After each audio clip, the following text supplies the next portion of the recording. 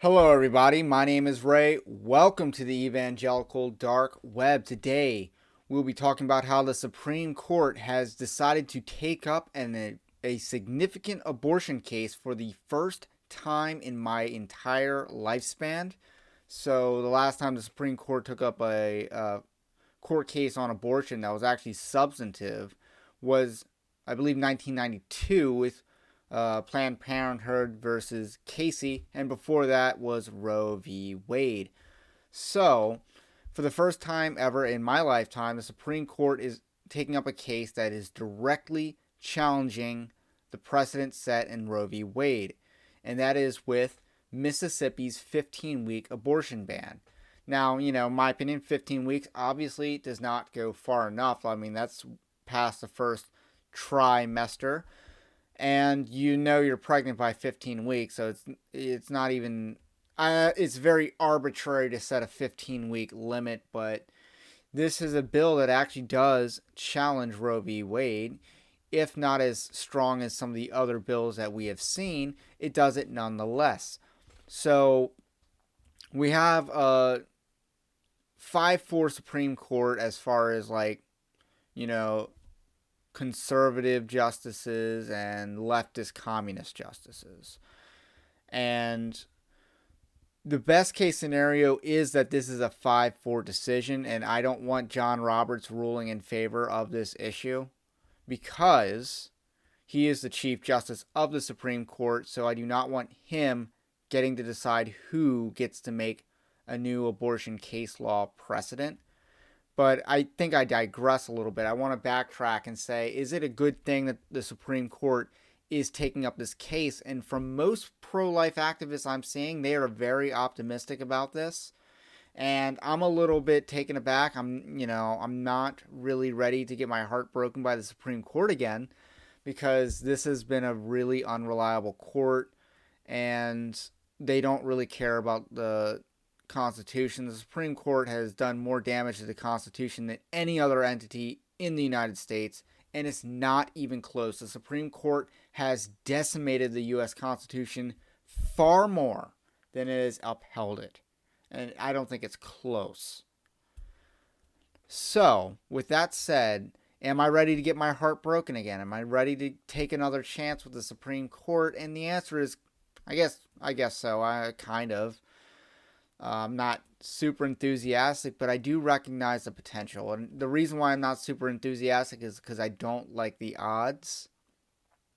So, like I said, best case scenario is that John Roberts sides against the pro-life justices, and it's a 5-4 decision, reasonably speaking. If some of the liberal leftist communist judges want to be pro-life, so be it, but I want John Roberts to remain pro-abortion, simply because if it is sided in favor of Mississippi, then John Roberts would decide who gets to write the precedent, overturning Roe v. Wade. And I want my man Clarence Thomas deciding who gets to rewrite the precedent involving Roe v. Wade. And what I gather is that Clarence Thomas wants to write that himself. So I want Clarence Thomas to write that precedent. And because we live in a society where Supreme Court rulings become law, which is not how the United States was founded, so be it if that ends abortion, or if that leads to the demise of abortion in our society. Abortion is America's biggest sin, and it's not even close. It's not even close. Slavery doesn't compare to abortion. It's just not on the same level. I'm sorry. It's not. And the thing is, can we get those 5 votes? And that is the big question.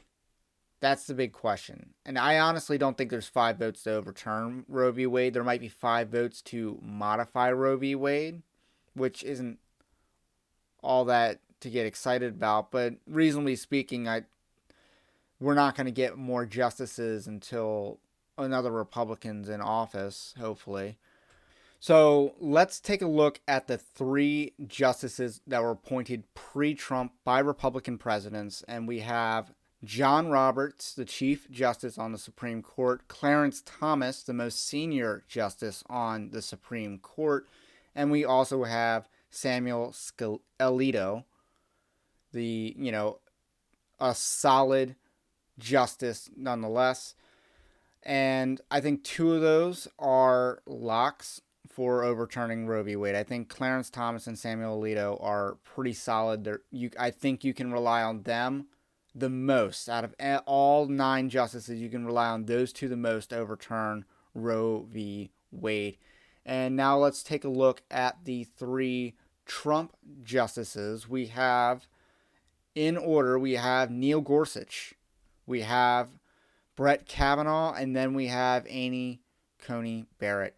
And Neil Gorsuch is an Episcopalian. He believes in transgenderism, and the Episcopalian Church, which believes in transgenderism, also believes in abortion. They are very pro-abortion, so I think Neil Gorsuch is actually the most likely of the Trump justices to defect. That's my opinion. He has 0 record on the issue of abortion, which should be a little bit suspicious considering he was Trump's first tap to the Supreme Court.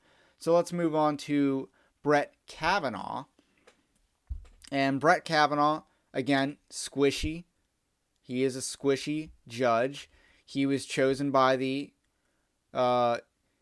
pro-abortion Catholic Anthony Kennedy, who was one of the worst justices in United States history.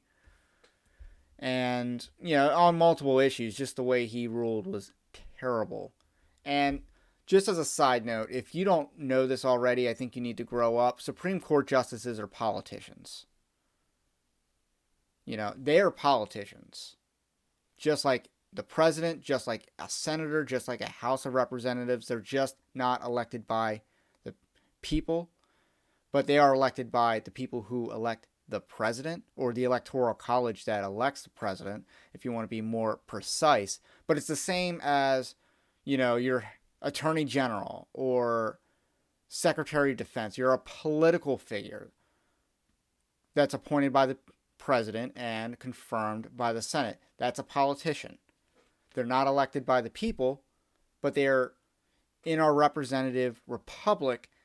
They are confirmed nonetheless by our representatives because these are political offices. The Supreme Court of the United States is a political office, not a legal office. It's a political office. Always has been, always will be. It is a political office. So these are 9 politicians on the bench.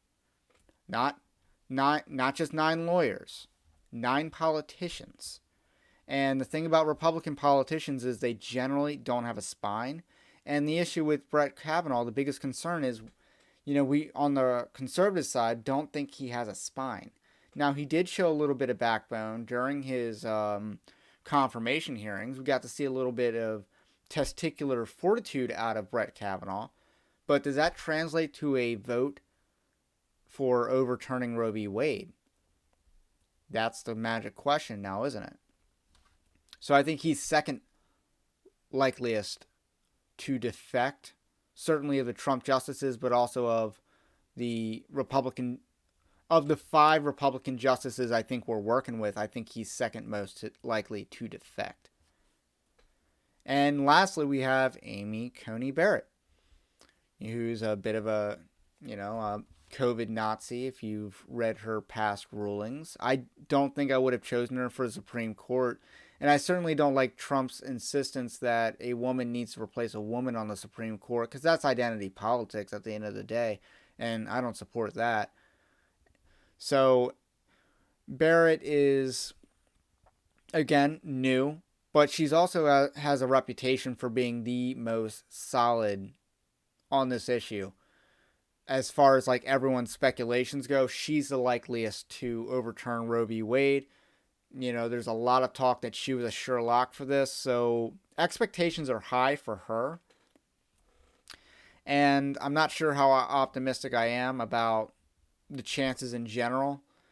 I think it could be that, all these justices that Republicans nominate come from the Federalist Society.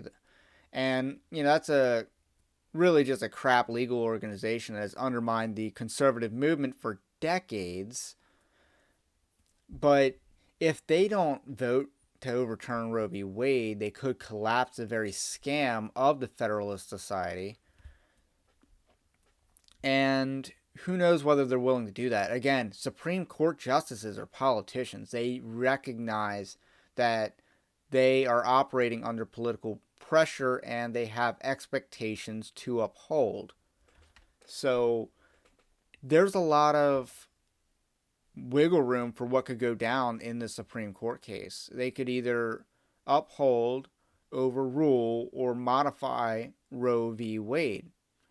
And I'm not sure what will happen. I think modify is definitely the most likely, but, I'm saying there's a chance that we just might overturn Roe v. Wade. This is good news. This is good news. So I do want to, express some optimism. This is the first time in my lifetime there is a challenge before the Supreme Court on abortion.